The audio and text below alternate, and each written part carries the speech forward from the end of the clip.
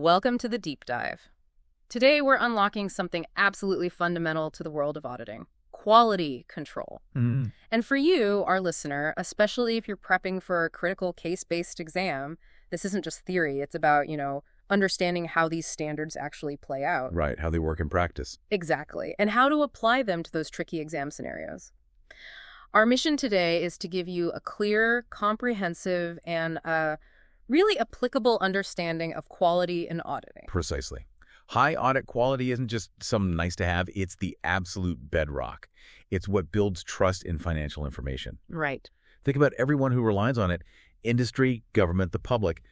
They count on the integrity of those audited statements. So today, we're distilling the key stuff from your study materials. We're focusing on Chapter 1's quality control and those crucial standards on auditing, SQC1 and SA220. We'll help you really get their individual importance, see how they connect, and crucially, understand how to apply their requirements. Especially when it comes to those, well, sometimes tricky ethical bits.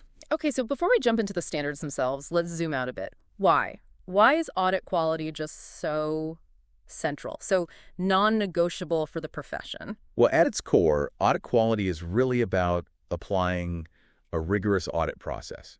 It means auditors using quality control procedures that line up with all the relevant laws, regulations, professional standards. All the rules. All the rules.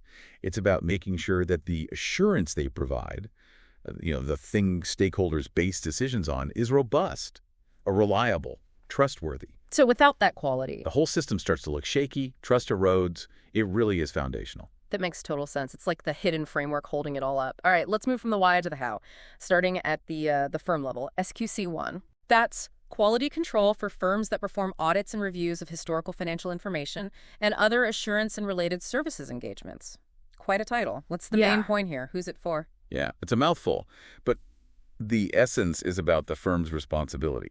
SQC1 requires every firm to set up a system of quality control. A system. Okay. And this system is designed to give reasonable assurance, not absolute, but reasonable assurance, that the firm and its people follow professional standards and legal requirements. And critically, that the reports the firm issues or the engagement partners issue are actually appropriate in the circumstances. And you're right, it's broad, it applies to all firms, doesn't matter how they're structured, and it covers all engagements, audits, reviews, other assurance, everything. So it's the firm's overarching quality plan. What are the key pieces, the core elements that every firm's system under SQC1 has to address? There are 6 essential elements. They really work together to create this quality environment. First, and maybe the most critical, is leadership responsibilities for quality within the firm. Tone at the top. Exactly. This is where it starts. SQC1 really emphasizes that the firm's CEO, or the managing partners, they have the ultimate responsibility. They need to promote this internal culture where quality is just essential, non-negotiable. Right. And get this, the firm's business strategy, any commercial goals, they are subject to the overriding need for quality. Wow. So making money can never come before quality. That's the standard. That immediately makes me think of that ABC and Associates case in the material. Mr. A, the managing partner, pushing hard to take on a client with all sorts of red flags just for the higher fees. Yes. That's a direct clash, isn't it? Absolutely. Textbook example of leadership failing that SQC1 requirement. It shows a real lack of a proper quality control framework right there at the top. Commercial considerations overriding quality. Okay, that really sets the stage. What's the next element? Next up, ethical requirements. The firm must ensure everyone complies with the relevant ethical principles. You know the ones: integrity, objectivity, professional competence, and due care, confidentiality, professional behavior. The fundamentals. Yeah, exactly. And independence is huge here. Firms need clear policies. They need to communicate independence rules, identify and evaluate threats, apply safeguards, or sometimes just withdraw. And SQC1 puts special emphasis on the familiarity threat, that risk of getting too close to a client over time, Right, losing objectivity. Precisely. So for listed entities, it actually requires rotating the engagement partner after a set time, usually not more than 7 years. The M&T & Co case seems relevant here, too.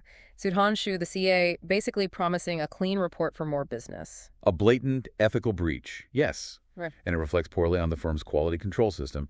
It suggests personnel weren't properly sensitized, weren't trained or didn't understand the SQC1 requirements on ethics. So strong ethical guardrails are essential. What about bringing new clients on board or even keeping existing ones? That brings us neatly to the third element: acceptance and continuance of client relationships and specific engagements. Before a firm says yes to anything new or agrees to continue with an existing client, They need to do their homework. absolutely, they must gather key information, assess the client's integrity, the promoters, key managers. They also need to look inwards. Does the firm have the competence, the capabilities, the time, the resources to actually do the job properly? Right. And can the firm comply with all the ethical requirements? If issues pop up, but the firm still decides to go ahead, they absolutely must document how those issues were resolved. So proper due diligence is baked in. Like in that CAM case, the prospective client had ED searches, big cash recoveries, dodgy capital gains. SQC1 is pretty clear there, isn't it? Just say no. It is very clear. Yeah. Indications of money laundering, other criminal stuff. The standard says decline the offer. Doesn't matter how handsome the fees might look. It's about protecting the firm's quality and integrity right from the start. Okay. Given all this responsibility, people involved must be critical. How does SQC1 address the human element? That's element number 4, human resources. Mm. Basically, the firm needs enough people with the right skills, the right competence, and the right commitment to ethics to actually perform the engagements properly. Makes sense. So this means having policies for recruitment, performance reviews, training, career development, and a big emphasis on continuous professional development. Keep learning, keep updating skills. Mm-hmm. And critically, for each engagement, the partner in charge needs the right capabilities, competence, authority, and enough time to actually lead it effectively. So getting and keeping the right people. Once you have the team, how does SQC1 ensure the work itself, the actual engagement performance, is up to scratch? That's the 5th element, and it's a big one. Engagement performance, it's all about consistency and Do quality you achieve that? through several things. What? Proper briefing of the team, making sure everyone follows the standards, good supervision, thorough review of the work done, and really careful documentation. A key part of this is consultation.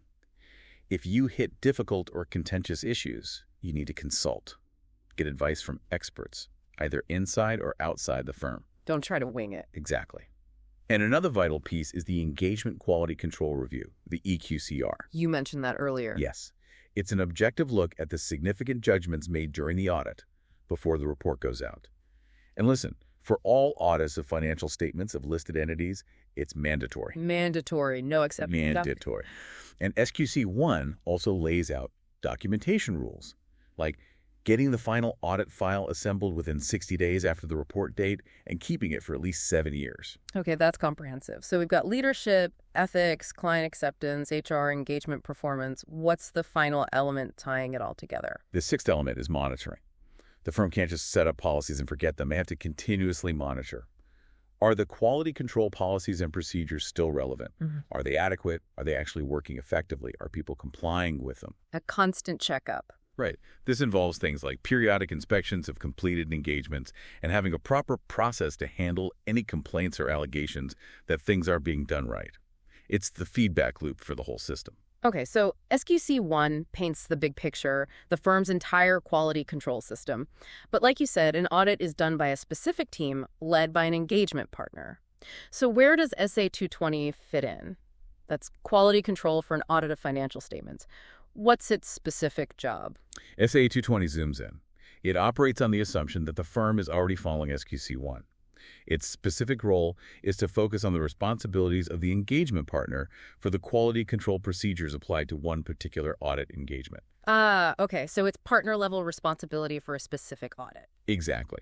The goal here is to give that engagement partner reasonable assurance that their specific audit complies with all the professional standards, regulatory requirements, and that the auditor's report the issue is appropriate for the circumstances. It sounds like a lot of the same ideas from SQC1 pop up again in SA220, but now specifically from the engagement partner's viewpoint. Can you break down those responsibilities, maybe group them a bit?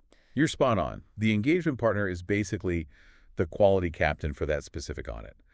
Their responsibilities fall into, let's say, 3 main areas. Yeah. First, there's leading the team with quality in mind. This covers taking overall leadership responsibilities for quality on audits, setting the tone for their team, emphasizing compliance, making sure the right report goes out, and importantly, creating an environment where team members feel safe to raise concerns. Right, no fear of reprisals. Absolutely. Yeah. This area also includes overseeing relevant ethical requirements. The partner needs to be alert for noncompliance, form a conclusion on independence, address any threats. They're also responsible for ensuring the acceptance and continuance procedures were handled correctly for their audit, and making sure the assignment of engagement teams was right, that the team assigned actually has the competence and capabilities for this particular audit. Okay, so leadership, ethics, client acceptance, team assignment, all under the partner's watch for that specific audit. What about the actual audit work itself? That's the second big area. Rigorous engagement performance. The engagement partner is ultimately on the hook for the direction, the supervision, and the performance of the audit. The buck stops with them. Pretty much. They have to ensure proper reviews happen throughout the audit, that enough appropriate audit evidence is gathered, and that there's proper consultation on tricky issues. Right. And, bring it back again, the Engagement Quality Control Review, the EQCR. For listed entities or other audits the firm flags, the engagement partner must make sure an EQCR is appointed. They must discuss significant matters with the reviewer. And crucially, they cannot date the audit report until that EQCR is complete. That reviewer provides the objective evaluation of key judgments.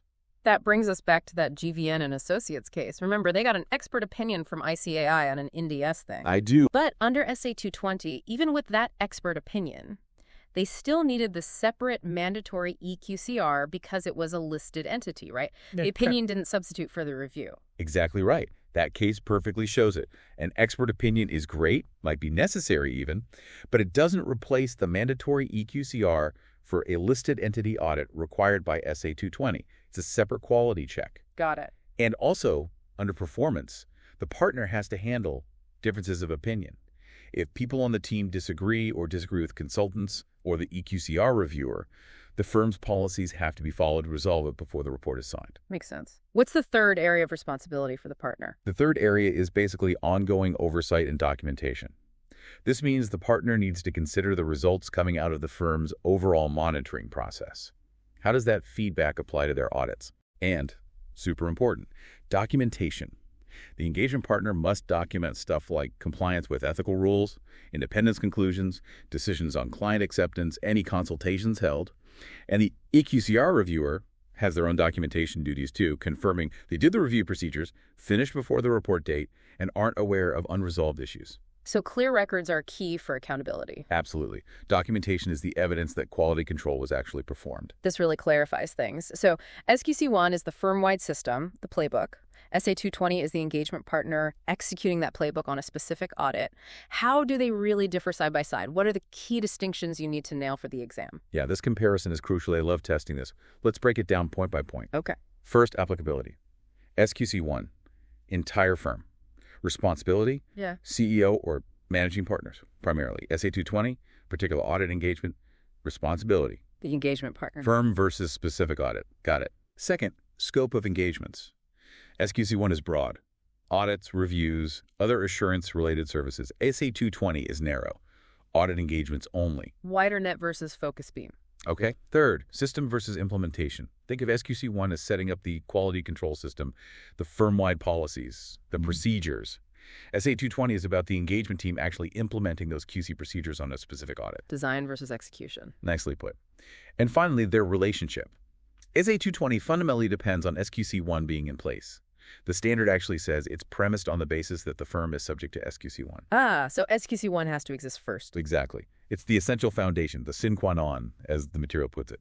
SA 220 operates within the firm's overall quality system established by SQC1. That really clicks now. SA 220 happens inside the SQC1 world.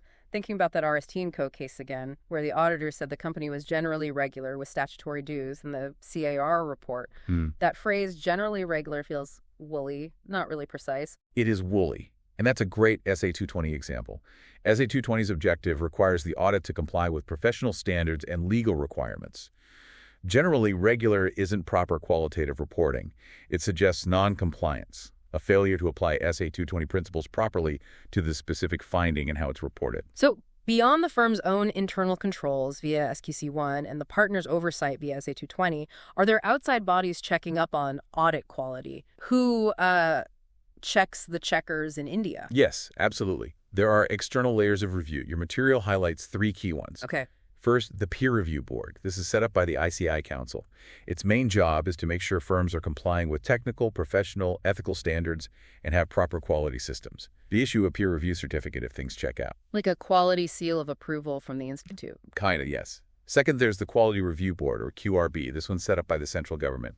It reviews the quality services ICAI members provide, including audits, and gives guidance for improvement. They use a risk-based approach to select auditors for review. More targeted reviews, then. Seems so. And third, the big one, the National Financial Reporting Authority, NFRA. This was set up under the Companies Act, 2013. NFRA has significant power.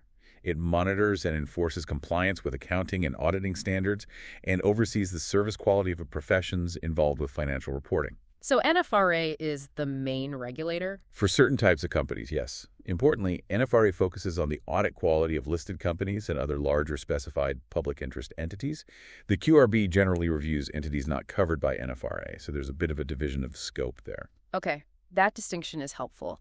Now, this is where it gets really practical for your exam prep. We're going to walk through an integrating case scenario, just like you might encounter. It's the CA Meritunjay case. He's a statutory auditor, audited a listed company, and NFRA picked his report for a quality review. Let's see how he did against these standards we've discussed. Right. This is where we apply everything. So CA Meritunjay, a sole proprietor, audited a listed tourism company. NFRA asked for his working papers, the audit plan, risk assessment details, the works. Let's go through his responses one by one. Okay, first, contention. Audit was properly planned, but there's no detailed audit plan document because it's a small firm. How does that stack up? Not well, really. SA 220 puts responsibility for direction, supervision, performance squarely on the partner. While documentation might be simpler in a small firm, SQC 1 still requires policies so you can tell who did what and when. Just saying how some balances were checked but having no actual plan, that's insufficient. So no plan, no proof? Essentially.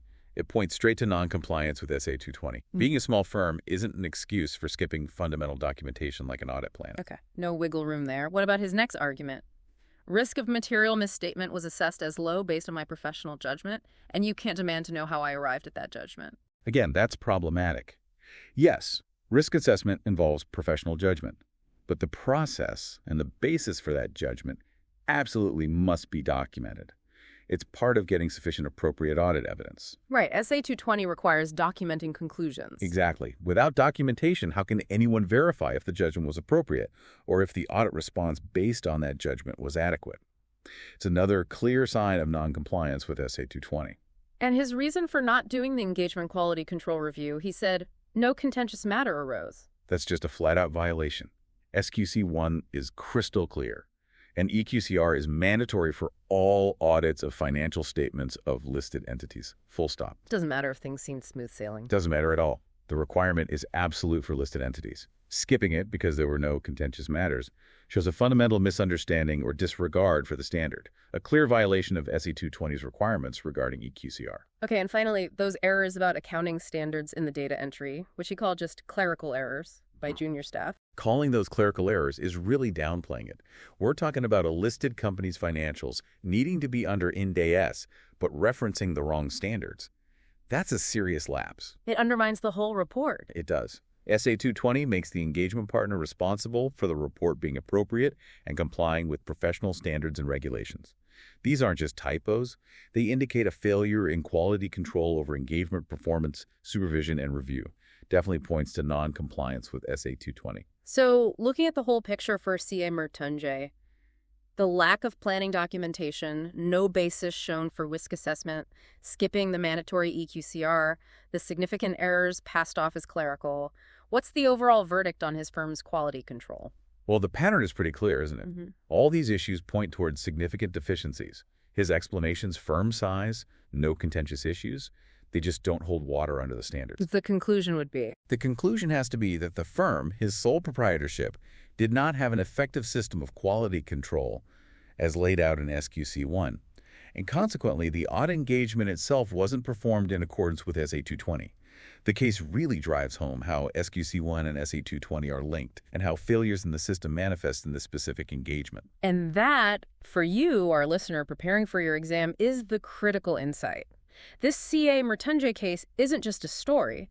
It vividly shows how SQC1, the firm system, and SA220, the engagement execution, work together or fail together, why they're so vital. It's not just bureaucratic box ticking. Not at all. It's about the integrity of the whole financial reporting system. Yeah. Your exam will push you to apply these concepts deeply, not just recite them. Remember, these quality standards aim for reasonable assurance, not perfection. But they demand rigorous application to keep that public trust intact. And as you study, maybe mull over this, what are the wider ripples for investors, for regulators, for the whole profession? What happens when these fundamental quality controls fail?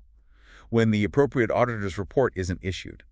What happens to that trust that holds our financial markets together if the checkers themselves aren't properly checked? That is a powerful question to think about for the exam and definitely beyond. We really hope this deep dive has given you a clearer, more applied grasp of audit quality control and helps you feel well equipped for those case studies. Keep learning, keep asking questions, and always, always strive for quality.